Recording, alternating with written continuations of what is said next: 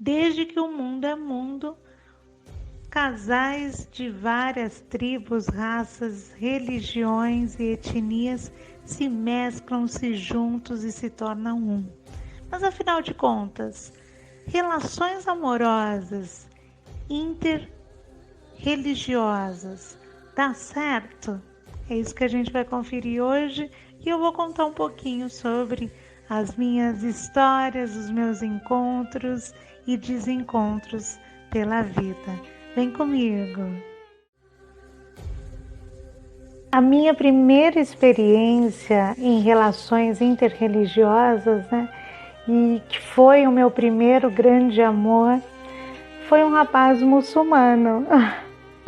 Pois é, enfim, é uma história muito incrível. Um dia faço um vídeo só para contar sobre isso. E eu tive um relacionamento, eu namorei por 3 anos com um rapaz muçulmano. Na época eu estava numa fase um tanto agnóstica, mas ele era muçulmano. E sempre respaldados pelo respeito, eu sempre respeitei a religião dele, a opinião dele. Tanto que nesse momento eu não praticava nenhum rito sagrado e etc. Mas ele sim, ele fazia, cumpria o Ramadã e eu sempre estive muito apoiando a fé dele. E inclusive a gente tinha essa questão de se falar depois do Ramadã, existia toda essa questão do respeito. E para ser bastante franco, o nosso relacionamento foi mais crente do que muitos outros relacionamentos, porque envolvia toda a família, tanto a minha mãe como a mãe dele, os irmãos, os amigos dele, o meu irmão. Então foi um relacionamento muito familiar, e isso dentro da lógica muçulmana é que se trata de um relacionamento sério, porque eles só apresentam uma moça à família caso haja uma seriedade nisso. Então eu tive essa experiência, para mim foi algo muito mágico, é algo que até hoje respinga na minha fé, no meu modo de ver o mundo. Eu cresci culturalmente, eu cresci também religiosamente. Para quem acompanha minhas redes sociais sabe que em vários momentos eu já usei fotos usando o hijab. Na minha casa eu tenho um Alcorão e, enfim, já fui à mesquita e ele sempre me respeitou muito. Algo que é muito curioso que foi o nosso relacionamento é que mesmo após eu converti e me entreguei de fato para minha missão espiritual, quando eu disse para ele, cara, eu sou apaixonada por Jesus, e aí como que vai ser, né? Você, com uma cristã, você me aceitaria se eventualmente hoje a gente ter um relacionamento mais profundo, né? A gente eventualmente se casar. E ele falou, claro, Mari. Algo que muito peculiar na nossa relação é que todas as vezes que nós fazemos menção sobre Deus, nós sempre falamos do mesmo Deus. E isso a gente sempre teve junto, porque por mais que a gente acredite em profetas distintos, nós dois sempre pautamos, o nosso Deus é o mesmo Deus, nós servimos ao mesmo Deus. Então isso sempre foi muito lindo nesse relacionamento que eu tive ao longo de 3 anos, foi o relacionamento mais longo que eu já tive, inclusive. E realmente não deu certo porque ele mora em um outro país e eu moro no Brasil, e isso foi a nossa maior montanha. A outra experiência que eu tive foi com um rapaz evangélico da minha religião, e foi o relacionamento mais machista de toda a minha vida. Exato. Segura que lá vem a história. Esse relacionamento, né, enfim, foi o meu primeiro e único namorado evangélico que eu tive. E ele, por que foi machista? Porque a grande questão é que ele abusava dos usos e costumes, que é também uma forma de machismo muito impetrada na igreja evangélica. E aí acabou acontecendo que, enfim, ele me proibia de ler livros, ele me proibia de ouvir músicas, ele me proibia de usar roupas.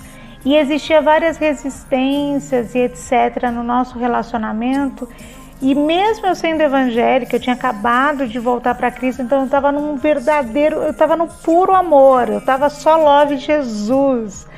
Nós tínhamos visões completamente distintas do próprio Deus. Nós tínhamos maneiras distintas de enxergar a Deus. E isso foi um grande desafio na nossa relação, mas também foi um período muito rico para mim, porque nós éramos muito companheiros e nós compartilhávamos a fé. Então nós orávamos juntos, nós jejuamos juntos, nós subíamos o monte juntos. E então nesse aspecto e espiritualmente também eu cresci muito. Foi uma base para que eu percebesse que sobre os prós e os contras, sobre aquilo que eu acreditava em Cristo Jesus. Então foi muito rico nesse sentido, muito embora a questão do machismo e todo o preconceito que muitas vezes é usado ali na igreja foi vivido, né, nessa relação. O que eu acho também que vale a gente ressaltar é que muitas pessoas dizem que é só você arrumar um namorado crente que você tá com o cara certo. Não, nós temos várias linhas de pensamento, linhas teológicas completamente diferentes e que não implica que eu vá me dar bem com um cara só porque ele é crente, né? Só porque ele é da mesma fé. E esse rapaz, ele era da mesma igreja que eu. A igreja não era nada moralista ou, enfim, não era nada, muito pelo contrário, é conhecida como uma das igrejas mais pra frentex que tinha, e mesmo assim ele tinha uma postura extremamente controladora e autoritária. Então, fiquem espertos. Enfim, eu tive um crush, né? A gente ficou juntos durante 2 meses, que era um grande amigo meu, e a religião dele era Seishonoye. Exatamente, ele era da Seishonoye e nós tínhamos uma relação bem bacana porque ele era uma pessoa muito aberta espiritualmente. Então, mesmo ele foi à igreja comigo, nós refletíamos, meditávamos juntos, enfim, tinha toda uma questão espiritual que a gente, inclusive, ele vivenciou experiências comigo, quando em uma ocasião em que houve uma oração em línguas e ele sentiu e ele depois, nossa, estou sentindo uma sinergia. O primeiro relacionamento que eu senti o impacto sobre a minha fé foi o relacionamento que eu tive com um rapaz budista. Exatamente, enfim, eu fiquei quase 1 ano assim, só no crush, só conversando, só papeando, até que houvesse um encontro. E quando chegou no encontro, porque eu era completamente apaixonada por esse rapaz. Eu falava, gente, eu vou casar com ele. O jeito dele parece do Evaristo Costa e eu fiquei completamente apaixonada. Ou seja, havia toda uma expectativa, né, sobre esse encontro. E nós somos um japonês e tudo mais. Eu fiquei naquela, ai, gente, vai ser lindo. Querido do céu. E aí esse encontro aconteceu. Nós conversando, papapi, papapá. Quando foi? Daqui a pouco o rapaz me fala sobre Valdomiro Santiago, sobre Edir Macedo, sobre os maiores pastores e líderes evangélicos midiáticos. Deixa ele pra lá, tudo bem. Só que aí foi o primeiro contato onde eu percebi que havia esse processo de comparação, ou seja, onde ele de alguma maneira estava dizendo, será que você não é parecido com eles? Será que, mesmo ele sabendo que eu tinha uma espiritualidade, uma visão distinta de mundo e de percepção sobre o que era Cristo e o Evangelho, houve essa comparação, essa alfinetada, entende?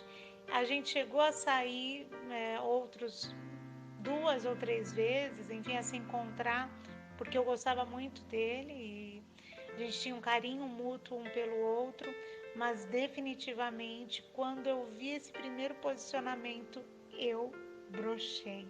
demais, porque eu vi que haveria complicações se a gente ficasse juntos, porque ele diretamente se opunha à minha comunidade de fé. E eu não posso negar que eu sou evangélica e que eu faço parte dessa comunidade, mas é cansativo, a gente tem que ficar o tempo inteiro dizendo que há pensamentos diferentes e há formas diferentes de ver o mundo e de ver a Deus principalmente, né? Então o primeiro contato assim que eu falei, vai, não vai? Não vai.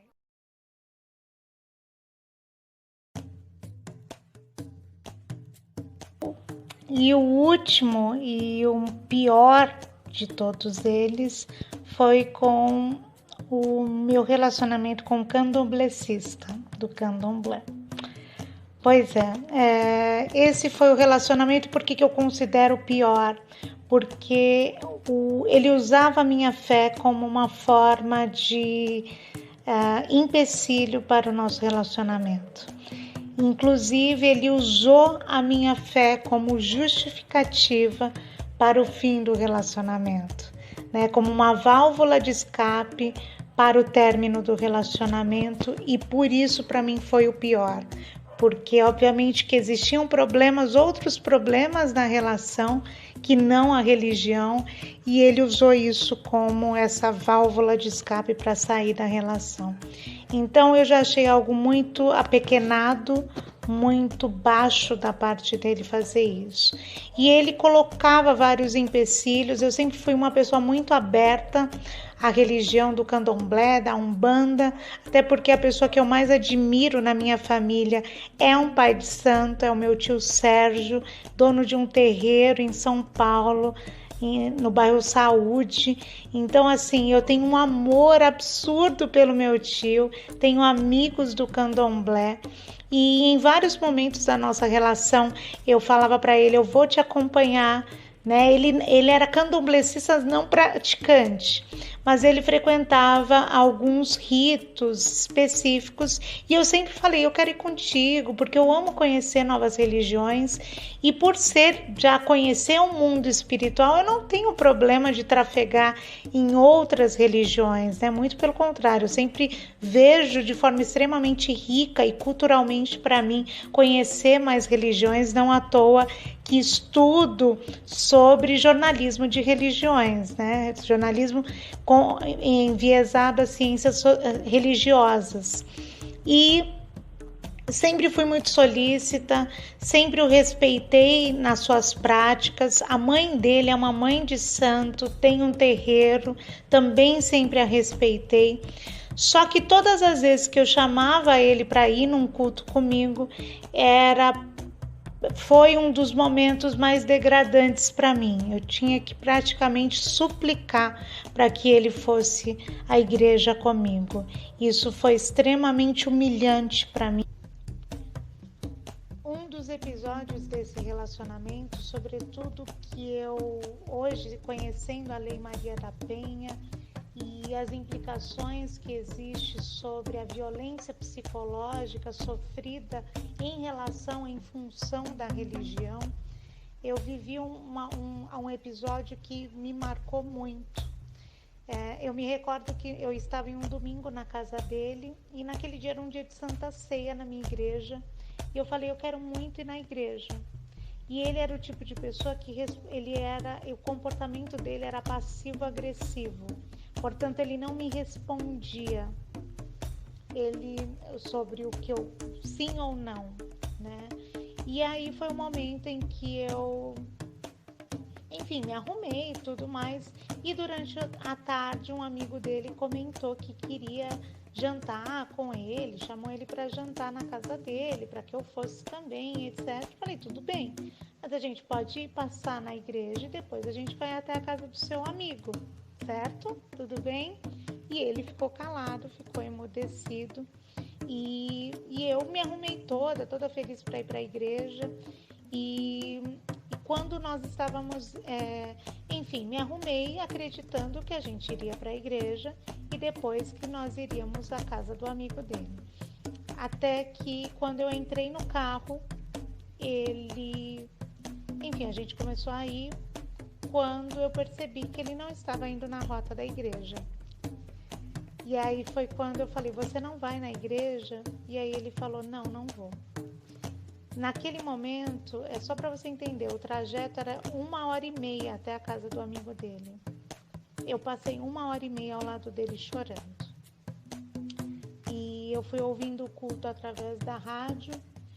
E o mais assim para mim impactante foi que era exatamente nesse dia, eu não sabia, era o aniversário de 40 anos de casados dos meus líderes espirituais.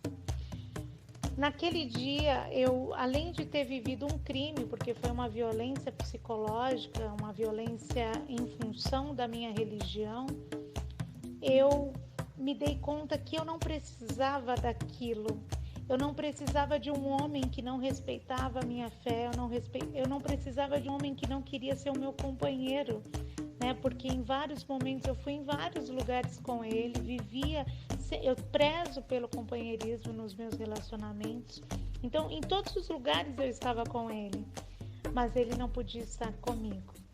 E esse para mim foi o momento mais marcante. Ele em nenhum momento me pediu desculpas. Na verdade, 1 ano de relacionamento ele nunca me pediu desculpas. E esse foi só um dos motivos que ele alegou que não iria mais ficar comigo, namorar comigo, era porque eu falava muito de Deus, que não precisava falar de Deus tanto assim. Depois de todas essas experiências, eu aprendi que quem não respeita a sua fé nunca respeitará você. E sem respeito não existe amor.